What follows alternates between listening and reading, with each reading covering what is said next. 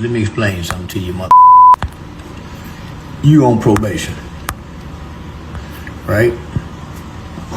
You just approached me, threatening me. Your words was, we step on shit, okay? You didn't say I, you made it plural. You said we, so that's in cohorts. I mean a gang. You on probation. Then you had a fellow with you that was possessing a gun. You are not supposed to be around with people that had guns. The federal authorities, because you made a threat while possessing a gun. That nigga told gun. Bitch ass nigga. Man, my whole ass nigga approached me. Now, catch the foot. Just 24 hours ago, Charleston White, the exact loudmouth branding, young thug, a cheese eater, an informant, and a federal agent, a straight punk, literally dry snitched on Thugger. This dude jumped on the gram and bragged, "I am dialing up your probation officer. You are getting locked up. Let that marinate." The king of anti-rat internet rhetoric just turned state's witness on a live feed without an ounce of hesitation. But here is the ultimate plot twist. That Miami function hosted by Druski could cost Thugger 2 solid decades in a cell. We are not talking 5 or 10 winters.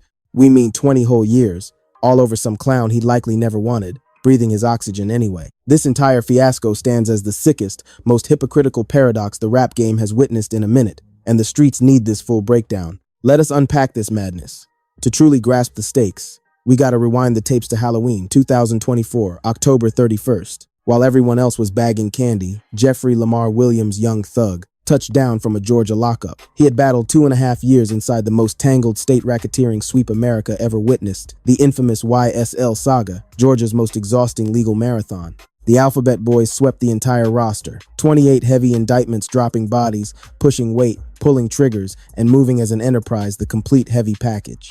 But Slime did not beat the rap entirely. He swallowed a plea agreement, a 40-year bid where the initial 5 were washed by time served, followed by 15 years of strict papers. Here is the crucial geometry the public misses. There is a 20-year shadow sentence lurking right behind his release terms, aiming at his head like a cocked hammer. Translation: if he walks a straight line for 15 winters, that double-decade bid evaporates. But one slip-up, he gets yanked back to eat every single day of that 20-year sentence. That is the Grim Reaper riding his shoulder every morning he wakes up free. And trust, the judge's stipulations were absolute torture, gang. He is strictly forbidden from rocking with known gang affiliates or trial co-defendants, except for his blood brother Unfunk and Gunna. Plus, he is exiled from the Atlanta trenches for 10 years and mandated to preach against the street life in public. Zero tolerance for throwing up sets or glorifying mob ties. The man has to navigate life like he is tiptoeing through a minefield. Every single tweet, every physical step, every VIP section he enters is heavily monitored. One minor fumble, and that 20-year trap springs shut. That is the reality. Lock that into your brain, because yesterday's chaos only registers when you fully comprehend the chokehold the state has on him. But here is the hidden gem the masses missed. Yesterday was not the inaugural attempt to box him back up. Hell no. Let us revisit April 2025, when prosecutors took their first swing. On the 2nd of April, 2025, Fulton County prosecutors dumped a 14-page legal bomb, claiming Thugger breached his release agreement by acting reckless on the timeline. They zeroed in on a scrubbed post, attacking a state investigator, Marissa Villarreal, crowning her the top capper inside the district attorney's building. The state lost their absolute minds, arguing the heat went viral, doxed the investigator's home coordinates, and sparked direct violent chatter aimed at Fonnie Willis. Their filing painted his street presence as an active menace to the city's peace, begging the judge to snatch his freedom back without delay. But his legal muscle, Brian Steele, clapped back instantly. Steele shredded their paperwork as pure fiction, stating that quoting a picture on the internet and calling cap does not break any probation clauses. Slime even spun the block on X, typing, "I do not send violent static toward nobody. I keep my energy pure. I stand absolutely against terrorizing folks. I only push peace and love." And plot twist, the gavel swung in his favor. Judge Whitaker declared his internet antics reckless, but not severe enough to toss him back in a cage. She shut down the state's request. He skated by the skin of his teeth. But peep the reality that near miss was supposed to be the ultimate wake-up call. That was the universe screaming, "Keep your head down, shut your mouth, and dodge the drama."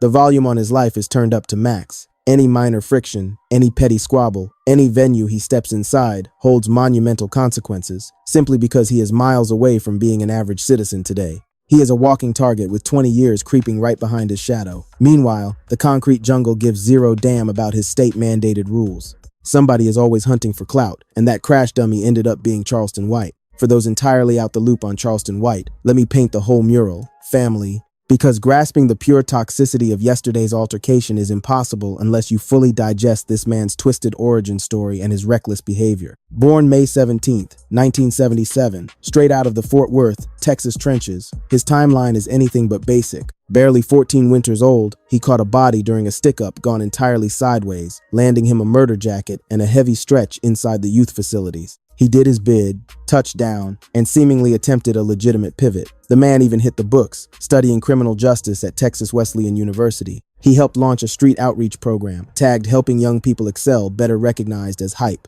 Looking at the resume, it screamed ultimate comeback arc. But then the algorithm took over, and this dude quickly figured out that weaponizing outrage generates massive cash flow. He constructed his whole digital empire by spitting the most disrespectful, out-of-pocket rhetoric aimed at the culture, the block, and top-tier MCs, just to milk the engagement matrix. He has literally finessed hundreds of thousands of subscribers across every platform by playing the professional villain. What makes this dude a straight-up hazard in the streets is his quickness to dial up the boys in blue the second it fits his agenda. Peep his resume for a second. Back in 2002, he sparked static with Soulja Boy at a gig and bragged about hitting him with the pepper spray. His next move, bro marched straight to the precinct, put it on paper, and snitched on Soulja for the whole world to see. Skip to 2003, he dropped a dime to child welfare on the rapper Finesse 2 Times, who was mentoring young spitter Lil King, sending social workers after an MC. Plus, he stayed dragging T.I. over his boy, King Harris, waving lawsuit paperwork in the air. He sparked a nasty, highly broadcasted beef with Boosie Badazz. Even caught his own heavy bodily harm charges in Texas between 2000 and 2005. This cat breathes chaos, treating the courthouse and blog pages like a revolving door. Yet the crown jewel of his messy background right now is his relentless fixation on painting Young Thug as a rat. Look, when the YSL courtroom circus kicked off and a leaked tape supposedly caught Thug chatting with detectives about Pee Wee Roscoe, Charleston lost his absolute mind. He hit the gram, acting like a street prophet, hollering to the masses. I saw this coming. I warned y'all Thugger was about to sing. He branded the whole YSL camp as a crew of loudmouths, dropping endless clips to hardwire that exact snitch narrative straight into his followers' brains. Thug equals informant. That became his entire marketing hustle regarding the Atlanta legend, and he milked that angle dry. He threw gas on the YSL racketeering fire, heavily implying the rap star brought that federal heat entirely on himself. He clowned the fans and kept Thug's moniker in his mouth for months, honestly, for straight up years. Whenever Thug's legal nightmare hit the blogs, you could bet your last dollar Charleston was live streaming with some spicy, unfiltered commentary. Here is the wild hypocrisy bubbling under the surface. While playing the ultimate anti-rat crusader, Charleston has never hesitated to tap the authorities the minute it lined his own pockets. Calling family services, stamping precinct paperwork, waving stay-away orders, and lawsuits around with his chest puffed out. The street code simply never applied to him. That double standard was always hiding in plain sight, but the culture did not witness it fully crash and burn until yesterday evening. Fast forward to the heavyweight clash, Saturday, March 28, 2026, down in the Magic City. Druski, the comedy titan, the viral royalty, the mastermind who flipped could have been records from a joke into a legitimate cornerstone of the culture, just wrapped season 2 of his blockbuster series Could Have Been Loved, throwing a massive reunion bash. Do not sleep on the gravity of a Druski function these days. Forbes stamped him at number 9 on the creator charts after he bagged $14 million in 2025. His gravity pulls the whole map. Superstars, ballers, spitters, internet icons. If your name rings bells in hip-hop, you tap in when Druski sends the beacon. It was pure celebration energy. Yet in this exact room, the stars misaligned, causing 2 figures who belong on totally different continents to bump heads, Young Thug and Charleston White. We ain't got the full blueprint of how the spark caught fire. Thugger's camp has not spoken, which is crucial. But let us dissect the breadcrumbs Charleston left online. He jumped straight on the Graham post party, dropping footage of the supposed scuffle, capturing himself barking at Thug and his squad from across the venue. In the caption, Charleston painted his own masterpiece of the chaos. He claimed the rap star's clique was promising deadly violence and plotting to jump him right there. He alleged Thugger stared straight into his soul and dropped the chilling line, "You are going to lose your life right here." Process that sentence for a minute. You are going to lose your life right here. That ain't the vocabulary of a dude grasping the razor-thin legal tightrope he is currently walking. Here is the brutal reality of that alleged threat. This whole standoff popped off on Federal Aviation Administration turf down in Dade County. FA, a territory means government soil. We ain't talking about a random VIP section or a slick club driveway. That is Uncle Sam's backyard. And Charleston, playing his typical chess, instantly realized the leverage he held over a guy on paper with 20 years of prison hovering nearby. He promised to ring the alarm for alleged extreme intimidation. Then he dropped another Graham video, turning up the heat, putting Thug's strict probation status on blast. Claiming someone in the rapper's camp was holding steel during the face-off, he broadcasted his master plan to file a stay-away order immediately. Then came the shockwave that shattered the timeline. Charleston explicitly vowed to dial up the rapper's probation officer first thing Monday morning. "You are going to jail." That soundbite became the ultimate irony. The same instigator who built an empire calling Thugger a rat is now sprinting to the precinct himself. Hold up, let us put our analyst hats on, because this cuts way deeper than basic internet clout chasing and timeline beef. This carries devastating concrete legal consequences that could shift the culture, and we got to unpack this puzzle block by block. Strike one, the strict probation rules. Y'all recall the facts we laid out from the jump? Thug has 20 years sitting in the cut, a suspended trap door that drops open the millisecond he steps out of line, meaning any solid claim of fresh illegal activity and dropping severe threats definitely rings bells under Georgia statutes. Serves as a one-way ticket behind the wall. We ain't talking about doing a 12-month bid or 2 years, but 20 years. Strike two, the battleground. Igniting this alleged beef on FAA, soil down in Miami, flips the entire chessboard. His paperwork might belong to Georgia, but a government-level clash on Uncle Sam's territory spawns a whole new dimension of legal jeopardy. We ain't just dealing with Fulton County DA drama now. The feds might enter the chat, and when alphabet boys start drafting charges, the gravity hits totally different. Strike three, the previous strike. Do not forget, the district attorney already tried throwing him back in a cage back in April 2025 just over a digital post. The gavel swung in his favor this time, but the bench gave him a dead serious warning to move tactical from here on out. The system is keeping receipts now. Catching another strike, especially one bringing chatter about a dirt nap, a whole crew moving militant, and a crowd of bystanders. Rolling tape and official paperwork with the boys in blue carries way more weight than some scrubbed IG story. Point 4, and this is the exact detail the masses are snoozing on. Charleston White stamped that he is dropping that paperwork on Monday morning, March 30th, which means we are in the endgame. That document is either already inked or clocking down to it. Once it hits the database, the PO gets the immediate green light. The PO bumps it up to the bench, and that same judge who already gave Thugger a pass now has to call the shots on a full-blown violation hearing. Point 5 is all about making it stick. The streets stay ignorant on how these violation hearings actually operate. We are not talking about a regular courtroom battle. The DA does not need airtight, beyond a shadow of a doubt evidence here. All they gotta show is 51% certainty just tilting the scales. That is a painfully low hurdle to clear. And with White singing on live feeds detailing every single move, backed by visual receipts of the whole clash jumping off on government turf, with the paperwork already sitting on the precinct desk, that hurdle is practically cleared before Thugger's legal team even laces their boots. This ain't no fairy tale. The dominoes are already tipping, and a 20-year bid is sitting right at the end of the line. Now let us pivot to the culture's reaction, because obviously, the second White fired up his camera to say he is dry snitching to the PO, the timeline went absolutely atomic. You cannot script hypocrisy this loud. We are looking at a dude who built his whole brand preaching that dropping dimes is the ultimate cardinal sin in the trenches, a guy barking that Thugger was a rodent every single day, making that anti-rat narrative his bread and butter for over 2 solid years, riding every wave of the YSL federal sweep to push his agenda, and now he is out here on IG Live, completely unforced, deadass, looking into the lens, broadcasting to the globe that he is running straight to the boys in blue to draft up a statement. He is executing the exact playbook he publicly trashed, doing it loudly and wearing it like a badge. And the digital streets peeped his whole card instantly. Keeping it a buck, some folks in the comments section held him down, and their logic ain't completely out of left field. They are saying, look, if a crew puts a target on your back and brings heavy metal to a function, you get a pass to use the system for survival. That is not folding. That is strictly survival mode. Nobody demands you eat a fatal promise and just ghost the scene quietly. And keeping it real, at first glance, that holds weight. The street omerta was never built to bind civilians dodging a direct hit.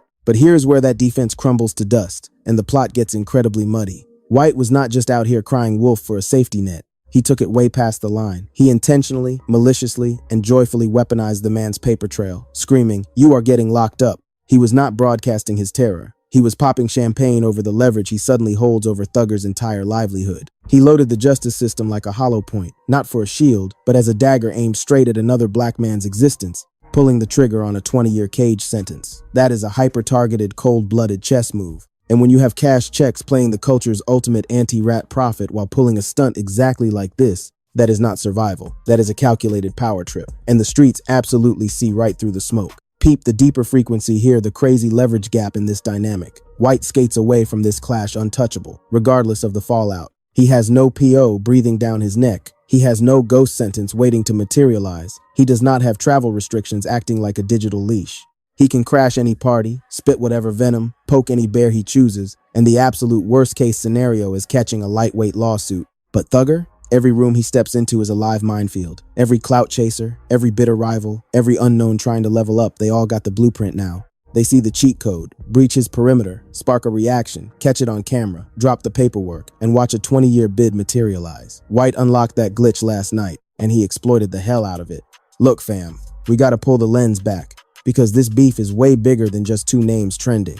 The scope is massive. That Miami fallout just unmasked a demon the hip-hop scene has been dodging for decades, the total bastardization of the street code for the digital age.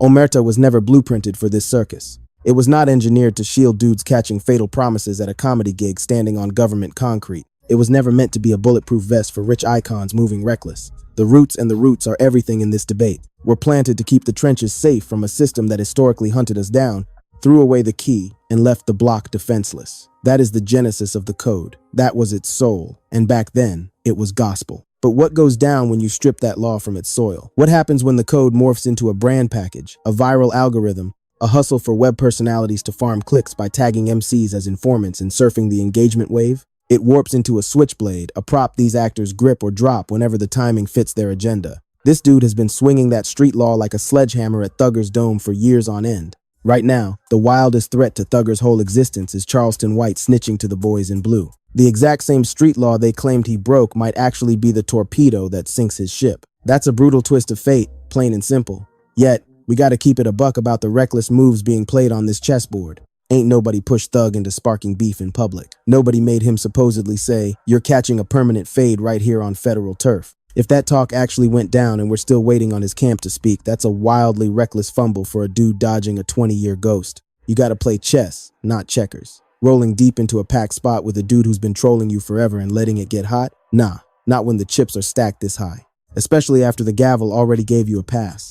Especially when the state is hunting for any excuse to lock you back up. Your moves gotta be flawless. Stay completely off the radar. Let the haters yap and keep stepping, because every little scuffle now equals 20 calendars behind the wall. Real ones in your corner should have grabbed you and bounced the split second Charleston White stepped foot in the building. Point blank. That's the reality of walking on thin ice, fam. Your liberty is rented, not owned. One chaotic evening can snatch it all away. So what's the next play?